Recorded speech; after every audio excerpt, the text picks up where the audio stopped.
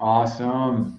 All right. I am here with Rob Broadhead, fellow podcaster and business consultant, founder of RB Consulting and Developerpreneur. We got to know each other last week. We had a great time. I was like, you know what? We need to dive in deeper. So we came up with an episode titled From Doer to Multiplier, Hiring the Right People to Scale Your Impact. This is one of the greatest challenges for business owners. As most young and new business owners think they can do so much alone and by themselves.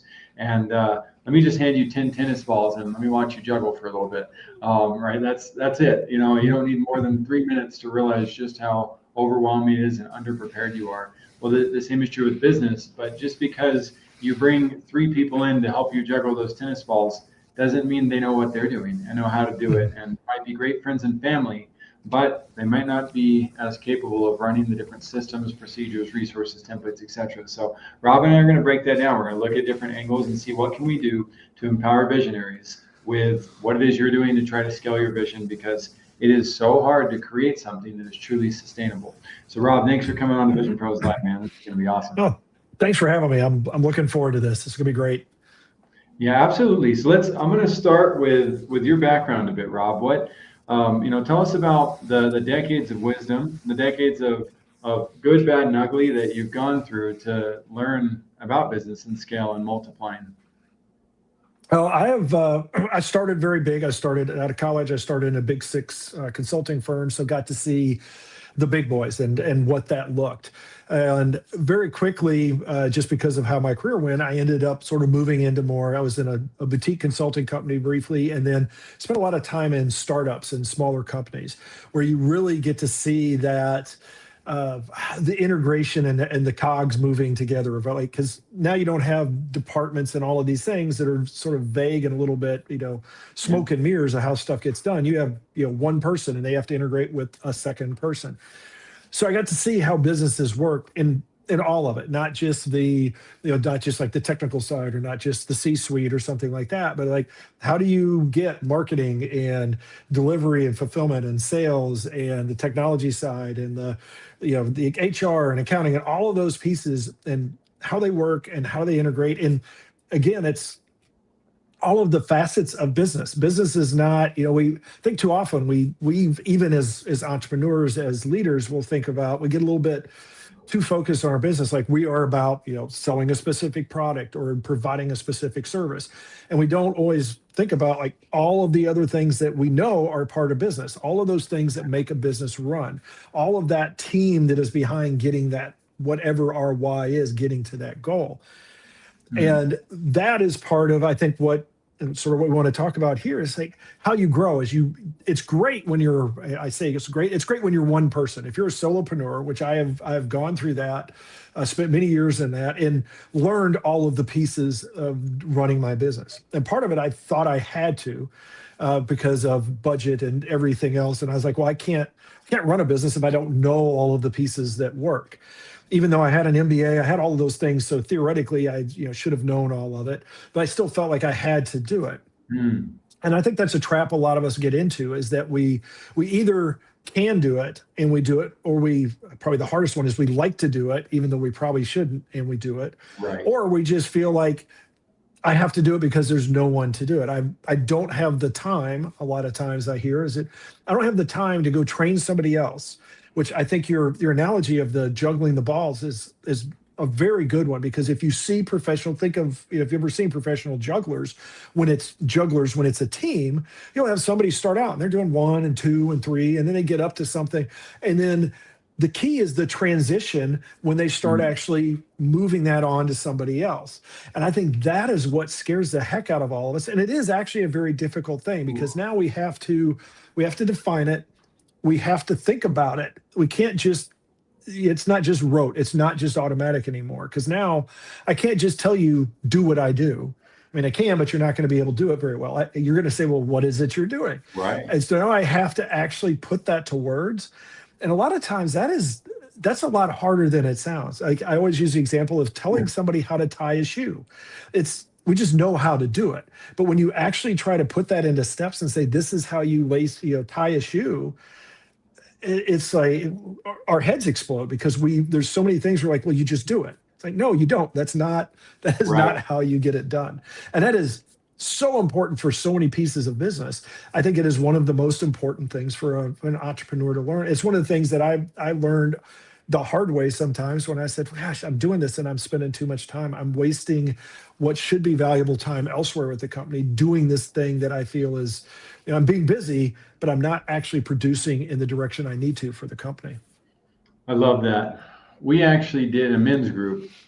I led an exercise where I had the guys tie each other's shoes, but based on the verbal instructions of the individual who had the shoe on his foot. And so he couldn't touch. All he could do was say, and the guy had to follow exactly what he was saying. And it was obviously hilarious and a bit of a mess, and it was hard for people to come up with the right words for something so simple and rudimentary. It is much harder when it comes to business and systems. So you also inspired something else. You talked about how it's hard to move on from the things that we like. It's also hard to move into the things that we don't like or that scare us. And so we'll find ourselves doing busy work. And there's a quote that I love: busy is broke. And I know it's a painful quote, but when we are busy and we are not productive, then we're not necessarily producing results. And I learned the principle from Adam Christopher, the founder of the founder of Restaurant Connect. I became a junior co-founder at Restaurant Connect in my early 20s. And this story absolutely changed my career. I was trying to do all the marketing stuff and sell stuff, and I was facing the company and also on quality assurance. We all had a ton of hats on. There's four of us trying to run this company with a couple hundred restaurants as software clients, and it was a very hands-on experience. So here comes Adam, and I'm about to tell him about a marketing plan, and he stops me, and he tells me a story of when he was an executive chef, and he was an executive chef at a James Beard restaurant. And I was working with Carl Bergermeyer, rest in peace, one of the greatest restaurateurs of all time. And Adam, as the sous chef or executive chef, I can't remember which one he was in this moment, but he knew that they were going to run out of onions. And so he went to the back and when he would get busy, he would go to the back and chop onions because he knew they were going to run out. And Carl Bergermeyer ripped him a new one. Came and starts screaming at him, yelling, cussing. A lot of people know what these, Hell's Kitchen is like, and he's letting him know, like, what are you doing in the back cutting onions when you need to be on the front lines, directing everybody, telling everywhere where to go? You're hiding from, the storm. You're being a coward. He let him know everything he needed to know about why he should not have been. Anybody could have gone and chopped onions. Anybody who was the chef on the line could have gone and done that. But the leader, because he knew it was quiet, there was no stress, he didn't have to deal with the chaos of what was going on, he would go and cut onions. And so he looks at me and he goes, "Jackson, stop chopping onions." And I was like, oh, oh man, you did it the nice way. It's far more painful, but oh man, Yes. no, I felt so bad.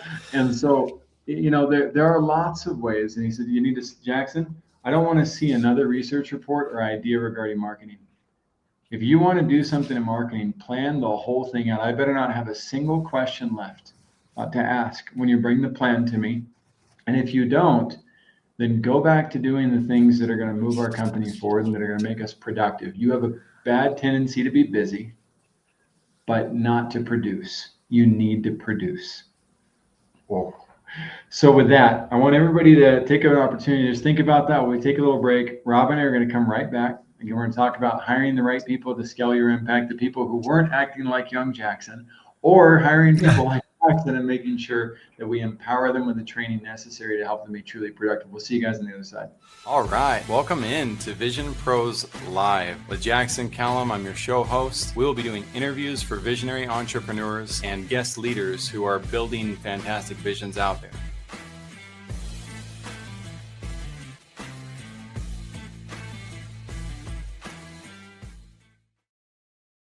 What's up, everybody? Welcome in to another episode of Vision Pros Live. I'm your show host, Jackson Callum, founder of First Class Business, and I'm so excited to have Rob Broadhead on the show today. We're going to be talking about making sure that we hire the right people to scale our impact. And every one of us as leaders, we reach a point where it's so much harder to grow and when we're trying to do it all ourselves. And you can't just work harder in order to drive growth if you want to scale something responsibly and if you want to keep your sanity. So we're going to talk about what actually limits progress, which is infrastructure, having structure, having a sustainability, having a foundation underneath yourself. It's not the amount of effort that you put in. You can't just hustle and grind your way to success. You can try it. If you get there by doing that, I'm sorry for you. That's just not a fun way to live. But kudos to you if you did it. If you have the opportunity to scale smarter rather than only work harder, then I highly recommend listening to what we're going to talk about. We're going to be talking about why hiring more people doesn't actually automatically mean scaling. And you guys know that, but we're going to dive in a little bit deeper into how you still fall into that same rabbit hole, or how to identify talent that truly amplifies your vision. We're going to give a guide as well for how to recognize talent that can amplify your vision. Also, we're going to talk about the most common hiring mistakes that leaders make during growth stages.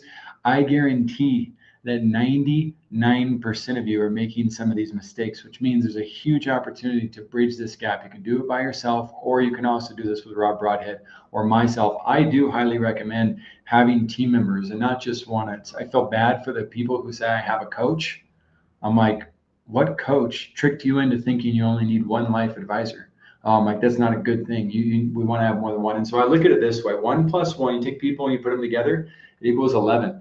And if I find another great person, I'm not going to tell them, hey, I don't need you. I don't want, no. If I can get the other person, 1 + 1 + 1, that's 111. Why? Because there's a compound effect when great people come together. So last thing we're also going to talk about is a mindset shift that's required to move from doer to multiplier. I said the mindset shift. There's a couple. We're going to try to hit the highest and the most important ones for both of us, and we'll go from there. So before I bring Rob back on, I do want to shout out another couple of resources for all of you. We're going to start with Journey to Wellness with Dr. Shannon and Dr. Justin Pierce. This is a power couple. I've known them for just over 8 years. Got to meet them at a conference where I was teaching chiropractors how to scale, and they were one of the greats who was already in that process. And Journey to Wellness, I've sent 3 people, at least, I think 4, but I know 3 that I can think of their names, to Shannon, because these individuals had certain diseases or illnesses that no other doctor could provide for, and I heard she could work some miracles. So I sent one, and they came back to me just raved. They're like, I've never heard what Shannon taught me before. This helped so much. I could see the transformation. So I sent another. Same thing happened. I sent a 3rd person. Same thing happened. So Shannon's like my go-to wizard. If I know somebody that has a health problem and they don't know what to do, I'm like, you got to talk to Dr. Shannon. She's amazing. And I let her take over from there. So I'm not a scientist, but I do recognize great people. And I do know how to find people who get the job done. I highly recommend checking out Journey to Wellness. Then there's Practice Makes Permanent with Jennifer Reed. Jennifer Reed has been working at the IRS for a couple of decades. I can't imagine a place that's a harder, what am I trying to say? Culture, department, organization to create great culture and to exercise emotional intelligence with ease. I think it would be hard there personally, but Jennifer's been there for a couple of decades. She's come out with some superpowers for emotional intelligence and spiritual intelligence as well. She does facilitations for corporations and for companies that want to learn how do you improve your culture, how do you improve your leadership. So I highly recommend checking out what she's doing as well. I've gotten to know her over the last 6 months, and it's been an awesome process seeing what she's capable of, how she goes about this, and her personal story. I highly recommend you ask her about why this is so important to her. It will likely move you to tears. And then lastly, the water project to keep the tears flowing. I've never been thirsty in my life. So when this came across me, I had to actually pay attention and say, well, wait, what is this? And so the water project that is exposed to me, there are millions of people in Africa who do not have access to clean drinking water. And if you think about your own families, what would happen to your work if you had to leave work to go find water for your family, or if your kids had to leave school to go find it? You don't know if they're going to come back because of dangers. There's so many things that we can consider regarding this. But I watch these kids celebrate water like my own kids celebrate Christmas Day, and I'm like, we can do something about this. Yes, we can. With the water project, they allow you to pick the community that you want to help. And then when you contribute to it, they add you to the list of people who receive updates about how they're pulling together either the borehole well or the sand dam, things I'd never heard of before. And it was really neat to learn about how they do this, and then to consider and meditate on, okay, this town now has this access to clean water, and they're going to have access to this for more than a decade with training on how to build it from there. we get to make generational impacts by giving simple contributions. And so my last hope is if you don't have the financial capacity to provide to the water project, then simply share it with your friends and family, because we never know how far the ripple effect will go of the good that we do. And that can also come in the form of simply sharing and talking about what could be done. So we've got 8 billion people to help in this world, my friends. My hope is that if you have another cause that you'd like to support, drop it in the comments. I will personally take a look at it. And if I'm inspired by it, I might put it on here as well. I'll definitely share with other people, and we'll do what we can to help everybody out. With that said, it's time to help each and every single one of you with hiring the right people to scale your impact. Rob Broadhead, again, thanks man for being on Vision Pros Live. Thanks. Glad to be back. So yeah. Where do you want to begin? God, there's so many things to go through. So there are, and I'll narrow it down for us. So we talked about structure and not having to put in the effort, but let's start with the simple one. Why hiring more people doesn't automatically mean scaling? And let's try to go. Obviously, well, you can hire the wrong people, okay, but why do we have a tendency to hire the wrong people to begin with, Rob? I think honestly, I think a lot of times I find that when I talk to people, my personal experiences, and when I've talked to other people that have gone through that and they've sort of, gone back and done a retrospective, I think it tends to be a little bit of a rushed kind of thing, is that we hire at the last second, it's sort of like, now we need them. And if you find that the organizations that are really good, they actually have like pipelines. They actually sit there and will have some people that they've talked to, and they're like, hey, I don't have a job for this person right now, or maybe position, but this is somebody that I want to be able to reach out for. And maybe they're gone by the time you get there. Maybe they've got something else, but if you've got a pipeline, if you've got some people to go out to, if you've actually planned for growth before you have to grow, then you're going to be able to grow smarter. It's just like the old saw of, if you're looking for a job, the best time to do it is when you have a job, not when you don't have it, not when you've just lost your job. Huge. I love that. And then back to the water concept, same thing. You want a water well, not because you're thirsty right now, but so you have it at all times. And so supply and demand. That's one of the greatest principles of business. And if supply is not in your favor in terms of recruiting, in terms of workforce, then when the demand comes, you're going to be desperate, and you're going to cut corners, and you're not going to do reference checks. And you'll be like, well, I already know this person and I trust them in this reality. But we end up often hurting our relationships through that type of a process. So I love that you said pipelines. We have systems to create funnels and to create pipelines, and we often do this for the sake of prospects. Very few businesses start to build their pipelines for the fulfillment of their clients, which is also why they struggle to scale. And as you're pointing out, wait a second, what if we had a landing page? What do we call this when we're hiring? Oh, a careers page. Right? This is the one that 99% of businesses do not have on their website. I can tell you, if I look at a website and I see there's no careers page, or meet the team page, that business is probably struggling to scale and probably not making a whole lot of revenue, because they don't even have a public vision about where they want to go. So these are opportunities where it's like, okay, then if I need a careers page, then I need job descriptions. If I need job descriptions, I need the benefits. If I have benefits, I have to know what types of salaries I might provide. And I know it can feel overwhelming, but that's why I'm not a solopreneur. It's a really bad idea to try to juggle all of that by yourself. But it is a fantastic thing that we can all start preparing for one day at a time, and with finding the right people to help us out. So, Rob, way to hit that so clearly, so fast. Let's dive into the next one. We can always come back. So if we want to bring people on, and we want to be more responsible about how we're looking at the workforce and who might work with us, how do we identify talent that truly amplifies the vision itself? How do we do that? I think too often we look at, when we think of talent, I think we look too much at a resume, a CV. There's boxes we're checking that are basically, they know this, they know this, they know this, they had this experience and this experience. And I've found too often that is not the biggest indicator. I think there was a study of successful people, and it was not the straight A students. It was the C students. It was the ones that had to work hard.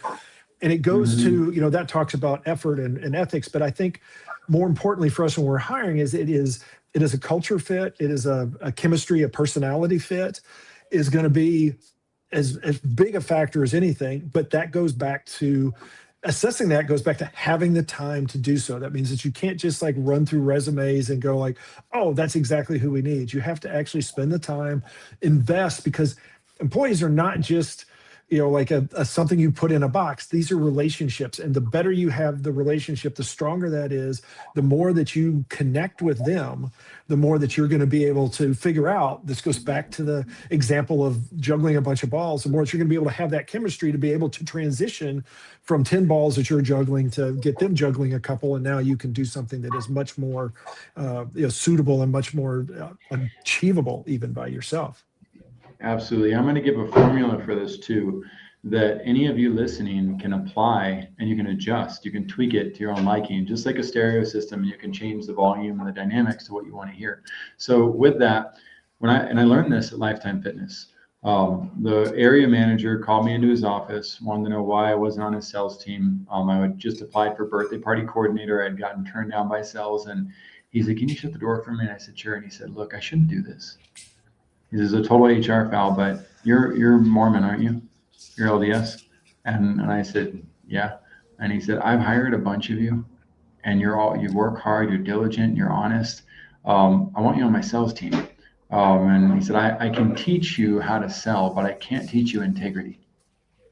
And so that really resonated with me, and could have gotten it wrong based on the religion, sure. But I realized that his principle of looking at people who have integrity and realizing that people have integrity can be taught almost anything.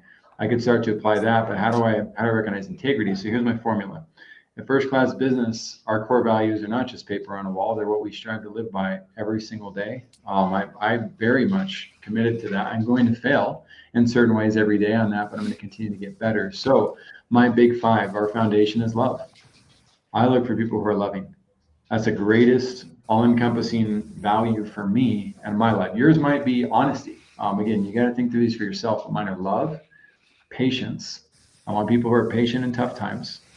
I want people who are persistent when they know matters and to be professional. I want people who are consistent, or they need to be able to show up day in and day out without me worrying about them. And I need them to be reliable and being able to do the job. And so if I can find people who have those five virtues and who are willing to expand on those five virtues, again, I can teach them anything. And I know that they will also teach themselves anything by having those principles. So those are big indicators. And we actually have systems on our front end that allow us to start recognizing how do we identify those types of behaviors in the talent. So I'm not looking at the transactional addiction that we have as business owners in the United States, where we're often, and you can ask ChatGPT, what questions are transactional when we're in an interview and what questions are transformational. And if you see that the list of transactional questions are the exact list that you're using in your interviews, don't hide from it. Own it. You're okay. You're a human being. You're learning along the way just like me. It was a very embarrassing process when I started to realize, like, dang, I'm always asking, well, how are you going to do this? How did you do this at the last job? Right. As Rob talked about, he articulated it well. We get stuck on that. But if we can start moving towards transformation, we can create better. And I'm going to put one more thing out there. In our processes, for instance, yes, our recruits have to go through at least 3 interviews. Why? It's one of the greatest ways to see, are they consistent and are they reliable? Because if they're not showing up on time, or they're making excuses, or they're not following up in their emails, we can also see if they express gratitude, which shows us some of the other virtues. And in that process as well, we always want to ask for resume. Resumes aren't that, I never read the resume personally. I don't. My team members do. I've taught them little things about checking it out, but we're mostly looking for grammar's mistakes. We're looking for their professionalism. Do they really care? Do they just put it together last minute? We're okay if they use AI. I don't mind seeing the dash, the AI dash. That means that they're smart enough to be efficient and to use something like that. So all of these aspects, though, I'm trying to tie back what was done to who they are. Who are they becoming as a human being? Rob, feel free. Further thoughts on this, because I think this is one of the most overlooked realities. Oh, it is. And there's so much in there. I think I will say, from the value of the resumes as part of this connecting, is that if it's done right, and this partially is what I look at is there's going to be stories in there. There's going to be something about, it's not going to be just, I know this and I did this. It's going to have something that's going to be like, we solved this problem, or we, struggled through this. And sometimes you'll find that in the oddest places. You may be hiring for an HR manager, but they've got something in their history that says they were, I don't know, like a Boy Scout at some point, and they mentioned that, I got this specific award or something like that. And you can go talk to those kinds of things, and especially in the interview, and get the personal side around it, and get how they think, get how they react and how they work through problems, because that's going to give you your 5 basically that you're looking for. And I 100% back that. And I think it also goes to the Simon Sinek of like finding your why. I think that love is exactly it. Is if love is the number one thing, if you are loving your customers, you're loving your job, you're loving your coworkers, then your why is this big glowing thing that just is going to keep you going forward all along. And so when you can find that, when you can find those people that you're like, I want to just, this is even somebody that I would want to hang out with, then, this is somebody that I find interesting. This is somebody that I want to invest in, that I now care about their future, then you're going to get a lot out of it. Those are going to be your stars. Now, not everybody's going to do that. You can't, not everybody's going to be your platinum hire, but you want to make sure you catch those. And the nice thing is that stuff will trickle down, is that as you start building that, then the culture starts to attract its own. You start seeing people that like, wow, I would have hired that person because you hired somebody that hired somebody, and all of those traits carried through. And now they're just, it's not a photocopy of you or anything, but they are drawing those same traits. You're crushing it. You're crushing it with this, Rob. And something that, again, I hope more and more business owners and visionaries begin to implement. When we build with businesses, we have an 8-layer foundation. And the 4 bottom rungs of the foundation, one is you have to have a clear vision. When my vision for First Class Business wasn't clear, and when people go to the website and they get confused, naturally they'd come back with confusing conversations. Like, what is it that you really do? I get that question. So, oh my gosh, it was driving me like insane in year 2 and year 3. I was like, it's on the website. They're like, yeah, I saw the website. I'm like, freak, it's my fault. It's not their fault. And so that was, so we finally, and as part of that, we're also building out the culture at the same time. And so we got the culture before we got the vision correct. And so people would feel good with us, but they'd still be confused. So it's like, and we still have to go back and fix that foundation. So we got to get the vision clear. We got to build a great culture where people want to belong. That's one of the greatest secrets of life. At least it was a secret to me. I heard in a TED Talk a couple of years ago that everything we know about addiction is wrong. And he talked about how belonging is the main mechanism to overcome vice and addictive behaviors, because once you belong, you don't need things that hurt you to help you to save life. So it's like, okay, belonging is this huge virtue. And then the 3rd layer is, if you do have a phenomenal vision that's clear, and you have a phenomenal culture where people want to belong, guess what happens? You attract great leaders, right? The leaders want to be part of it. So exactly what you're talking about, Rob, those are the big 3. And the next layer for us in the foundation is marketing, not marketing first. And what do you market? Not the product or service or the offer. Nobody really cares about. They get that anywhere. They want to know that there's a vision with a culture with great people where they want to belong. And if they know about that, and that's the focus of the marketing, it can create expansion like Tesla did with a car that didn't exist, selling that to 180,000 people from stage when they would get in 2 to 3 years. They didn't care about the car. They cared about the vision and belonging as part of the process. So to go to the next point on this, Rob, we've got the most common hiring mistakes that leaders make during growth stages. Let's hit some of those. I've got some ideas myself, but I want to hear on your side. Yeah, I'll go. I can't go without re-mentioning that it's the rush. Is to get that growth stage, and then you don't look to it. But I think I rushed past that. I wanted to double down to that earlier. I was like, so guilty of rushing things. I'm so guilty of it. But I think from there, I think the next one is I think it's trusting the process a little too much. Is that when you start going through a growth stage, what happens is you're not able to, it's like any process. Now you're starting to hit it a lot more often. And so if it's a broken process, the more often you hit it, the more likely it is to break. Or if it's something that's weak, the more likely it is to give. And I think that's what it does, is it's not so much that we're the speed is necessarily the problem. It's that we didn't actually spend time beforehand and we didn't nail down the process. And with a lot of times what that is we haven't defined. You mentioned having having something on our website that is like, for careers or our team, or here's where we're going. Yes, it goes back to even vision and making sure that you have a consistent vision. You know where you're going, you know what you need before you get there, because otherwise what happens is you have this broken process. You know that you're growing, you know that you need resources, and you may know to a very good detail sometimes what those resources need to look like. But because you don't know how to do it, because you haven't figured out how to go find those, you're maybe scattered a little bit, you're rushing a little too much.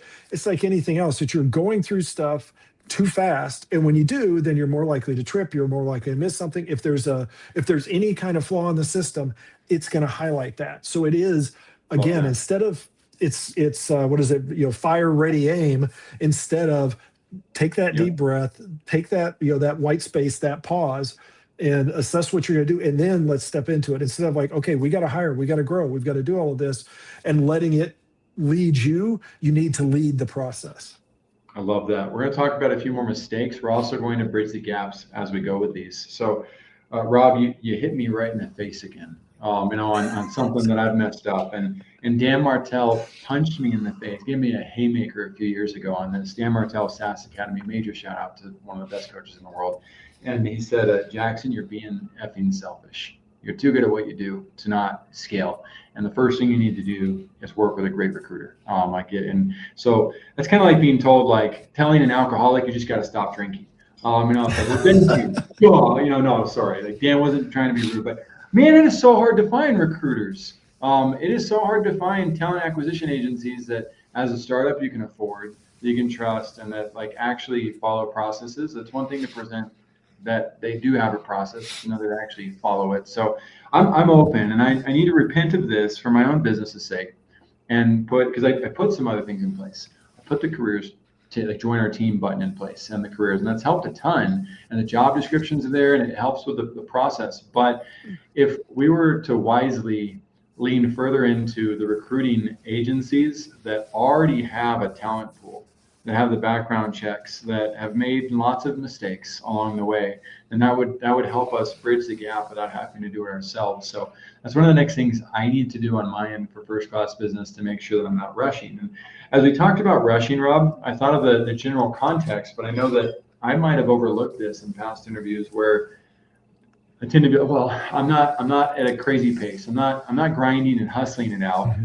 But rushing often looks peaceful when you become wise, right? Your wisdom can trick yourself. So what does this actually look like? I'm going to give an example, and Rob, I'd love to give you the same opportunity to try to give an example on what rushing really looks like. So one way that I rush is I'll come in pleasantly to my team and be like, hey, how are things going? And I'll know there's a problem, right? I want to go right to that problem, but I'll discipline myself to be like, how are things? They'll say things are good. Okay, so why haven't we addressed the problem and tackled it yet? And now the stress in the room goes up because I didn't really care about what was good. I just wanted to talk about the problem, but I'm smart enough not to move into the room and go, why is everything broken? Why is it happening? Like, I'm not that dumb. I'm not rushing out of control. But in the hiring processes, we skip interviews, or if we say, well, they have good references, so I don't need to call the references. Right, it'll be okay. We need to move this piece forward. If we don't move this piece forward and hire this person to help us, I'm not being responsible because we won't be able to get this done. And they seem fine, so let's just go ahead and hire them since they're ready and available. Those are some of the elements of rushing that don't feel like rushing, that I think most of us are guilty of doing. And while I wouldn't say, well, I'm not rushing, Rob, it would be easy to defend myself. Oh yeah. I'm rushing. What does another element look like? What does it look like when a business owner is rushing and skipping phases or processes and the hiring in order to acquire great talent and empower them? In fact, I'll plant one more final seed first, Rob, and that's having an onboarding process.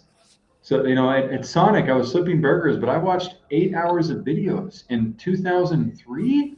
How the heck did they produce? That was expensive. back then to produce that many hours of videos and teach me like the red handle is for burgers, the yellow handle is for I mean, they taught me everything about what I needed in order to be successful in that.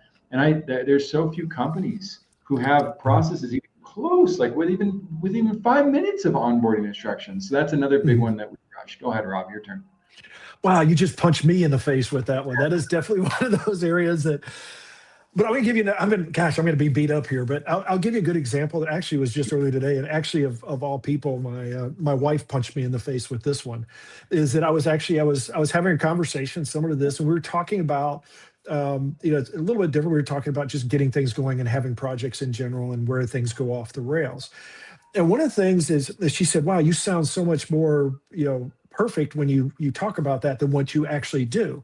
And I said, "Well, that's part of the problem." I said, "Is that we miss things, is that we rush things." And I think I had a perfect example of that came into this, is that we have these things, and especially as leaders, as entrepreneurs, as owners, we have these things that we just know. It's like, we've done this, we know this is what we need to do. We have these 10 steps we need to do. Like you said, sort of laid out, like, we know when we need to hire somebody, we need to do this, we need to do this, we need to send out a resume, we need to review it, we need to look at it, talk to them, we need to check the references. We have all these things. But when we're rushing, what we tend to do is, I think we will fall back on that and say, like, I know that.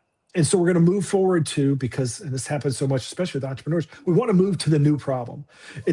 We have that problem, and to us, we've already solved it. We know the 10 steps that need to be done. The challenge here is that those are not muscle memory steps. There's a difference between knowing that you need to do it and just doing it automatically. And that's why we have other people, we have other sites. This is where I love your growth thing. It's like, if you're one person, you could easily miss that. And I don't know how often everybody else does it, but I know I've done it several times. I'm like, oh yeah, I did that. But then if you look back, it's like, oh wait, no, I didn't. It's like you said with your website. It's like, oh, it's there. Oh no, it's not. Darn it. I got to go fix that. Having that extra person, another perspective in there, having somebody just, and again, this is now, we're not rushing. We're taking a second. We're going to let somebody else, follow through, give us a second set of eyes, a review. Now we're not rushing. Now we're laying it out and saying, this is what we need to do. And somebody's saying, yes, we're doing that. We're verifying the steps. And now we are actually doing the things we know we should do, and not skipping things, which to me, those are the worst ones, when you knew you were supposed to do it.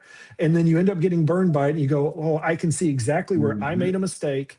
And that was my bad. I made that mistake. I should not have done that. I know better. And we live and learn, we get bruised, we get beat up. And so we're like, well, next time I'm not, because that hurt so bad. But maybe there's another step that we haven't been hurt by yet. So we need to slow down and make sure that we don't assume we're ready to go. Visionaries that are listening in right now, what Rob and I are revealing are, again, all the ways that we've got punched in the face in this process, so that you don't have to go through it. And you will if you don't listen to these things. I get over and over. And so I have easily consulted with and tried to make business with and get clients with over 3,000 companies. Okay, probably over 1,000 per year. I'm always in acquisition mode and discussion mode and seeing who I might want to work with, etc. And I can say that out of those, maybe 5 to 10% of all of those, and they're usually the giant, great companies, include one person or more in their evaluations of my services. That is not a good thing. No. That is not a good thing when the founder is the one making the sole decision on hiring and not including anybody. It's awkward at this point, because I've been in this for 15, 16 years. And so when I'm talking to founders and I'm like, cool, do you have a team? And like, there's this arbitrary team or like some VAs or something that you never really hear about. They don't mention names. They don't tell you who does what. And I'm just like, why do you think you're convincing me you're winning? Why do you think that I would trust or believe that you're doing anything successful when you don't even have a basic process? You don't even follow the basic process that, like you said, Rob, we've all kind of heard about it, but I don't see it happening. I see there's like, I said 5 to 10% of the ones I talk to, guys, I'm really particular about who I talk to about business.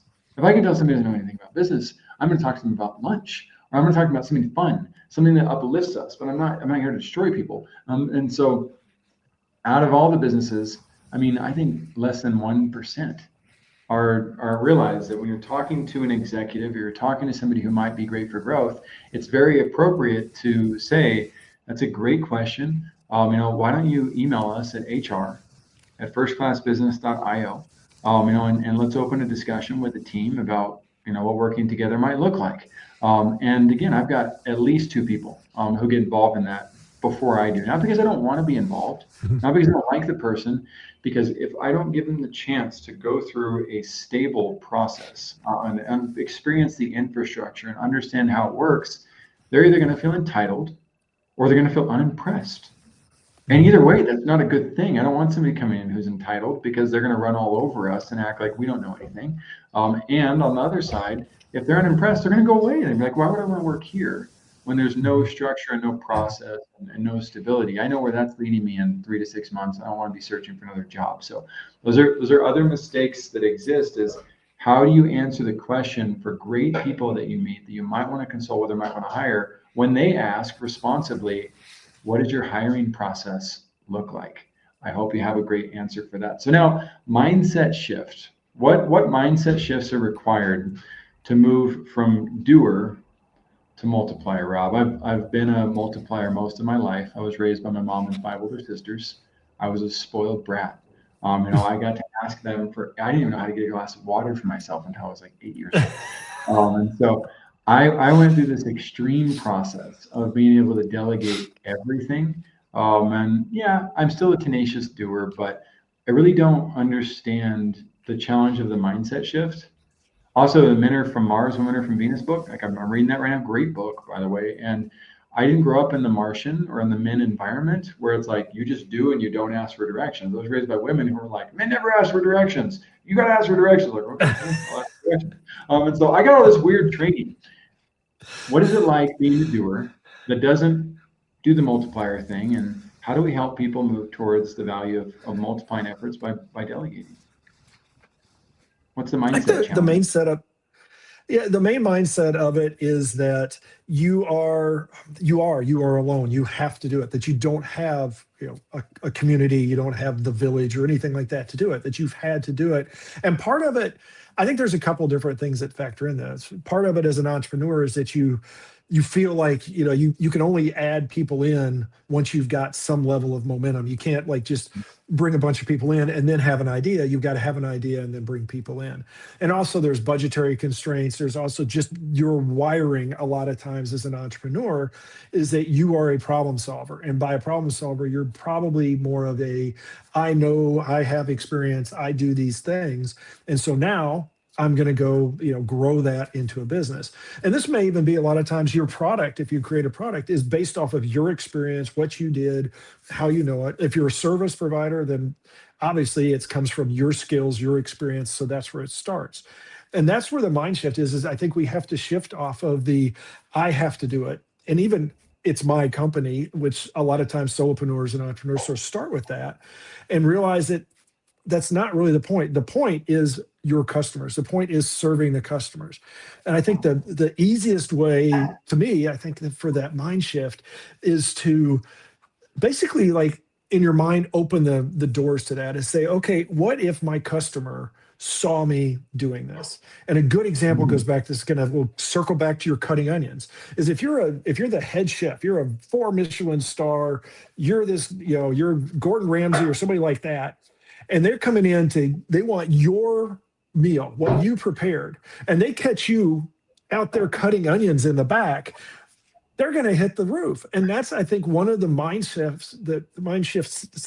shifts that we can do, besides learning how to speak English better, is for us to be able to go through and say, hey, is this something that I should do? Is this something that brings value to the company and to my customers? And that's going to help us to scale. And I think if you're very blessed to have that naturally, to be able to just delegate and do that. But I think so many people, it's just that entrepreneurial, that leader mindset is so often I've got to lead, I've got to be the one, I've got to have the answers. All of this some people refer to it as like a hero kind of thing. Is I got to be the hero, I got to go do it. The people I've hired aren't good enough. And it's not degrading them. It's just saying, hey, I'm really good at this. And I think that's what you have to do, is change it, realize that you can only do so much. If you can't scale, you're always going to be limited. Huge. Every blessing is a curse too. Every strength is a weakness. And that a tree, as strong as the tree's root system is, it can't jump. Just can't. And so there's always limitations that come on both sides. And so I am grateful for the delegation skills that I was blessed with. It also led me to be less of a doer and less of a leader by example. And so I had to learn the hard way that you still have to learn the things and do the things and inspire people with those. But one of the mindset realities that I think one of the things that can help with this is this TED Talk of this crazy guy that's dancing in a field and like doing all sorts of weird moves. And next, like finally somebody goes and joins him. And then because that person joined him, like other people come and this scientist breaks down the reality of like why this occurs and how you create how you can create a movement. And he used this funny video in order to showcase that through TED Talk. So you can, it is uncomfortable. I like Stephen Bartlett says, embarrassment is the gateway to success.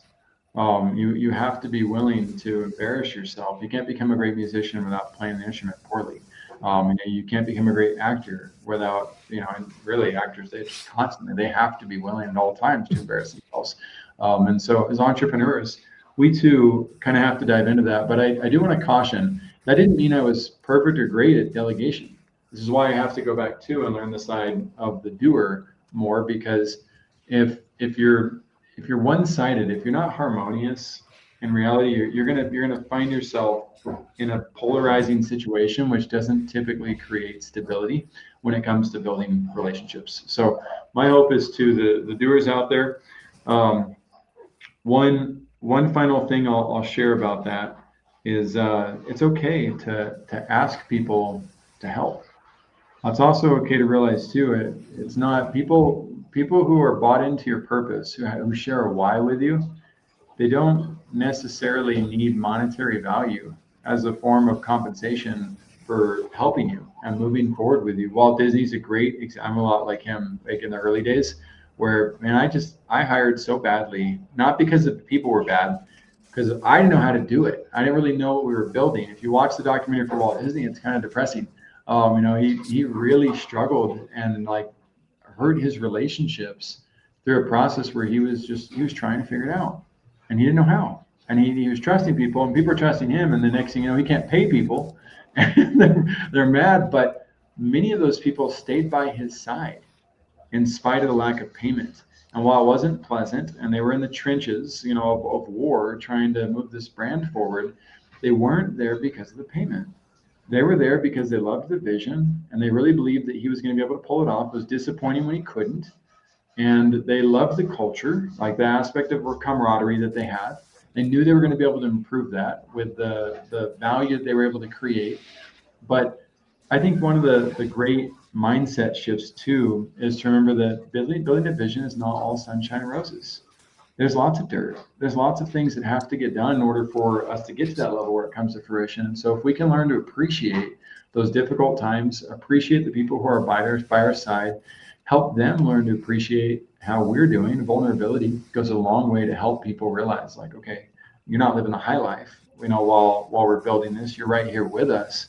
There's so many different things that we can do to help our team. And I think one of our greatest opportunities as visionaries is to be able to remind people, like, hey, I'm feeling the pain of this too, and I'm not losing sight of the purpose.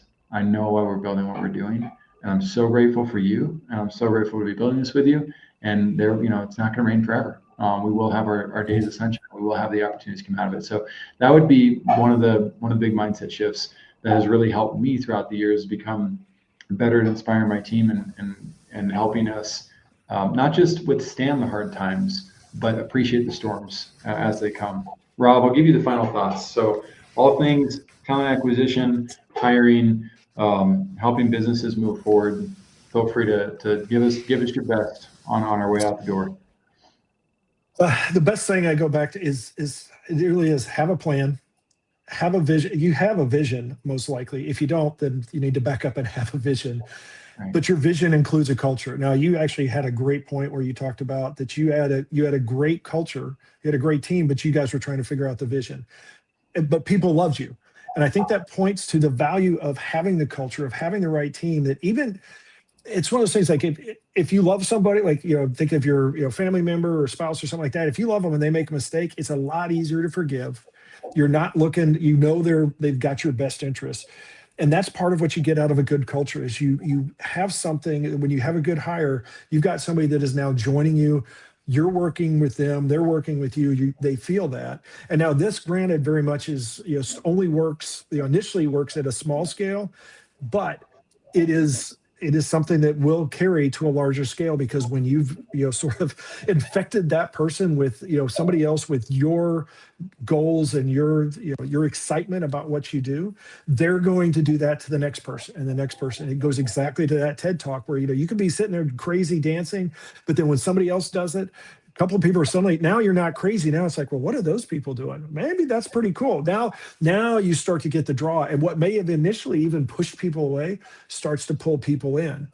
It's exactly what it talks about. It's how there becomes a point of inflection where you're now the outlier. You didn't want to be one of the ones who was noticed, but once you become one of the only people dancing, and because everybody that's not dancing, because everybody else is now dancing, you jump in because you don't want to be the one who's noticed as not participating. It was it's such a cool TED talk. So Rob, again, thanks for bringing the positive energy. Thanks for bringing your insight as well. Visionaries, we wish you the best as you continue to build your visions out. We hope that you understand that. I hope you got as much out of this as I got out of this. I got a ton out of this session, Rob. You're a great mentor. You've become a great friend already.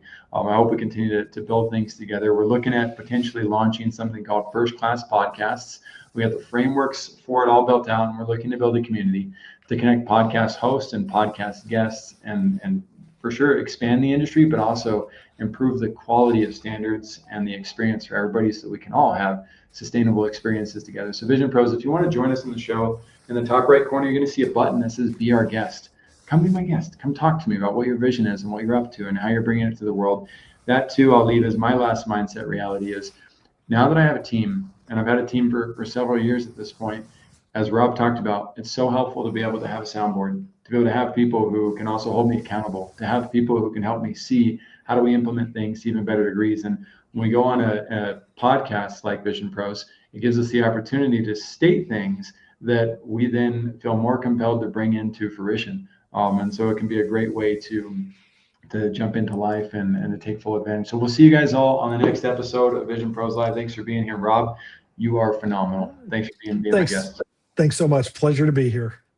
We'll see you guys. Thank you for being here today. I'm really happy that you tuned in to Vision Pros Live. I'm looking forward to seeing your reactions as these episodes continue to move forward. This is going to get more and more fun. We'll have more and more engagement as well. We'll invite people to participate in the show. And thank you for giving us your time and attention. Have an excellent time building out your vision and becoming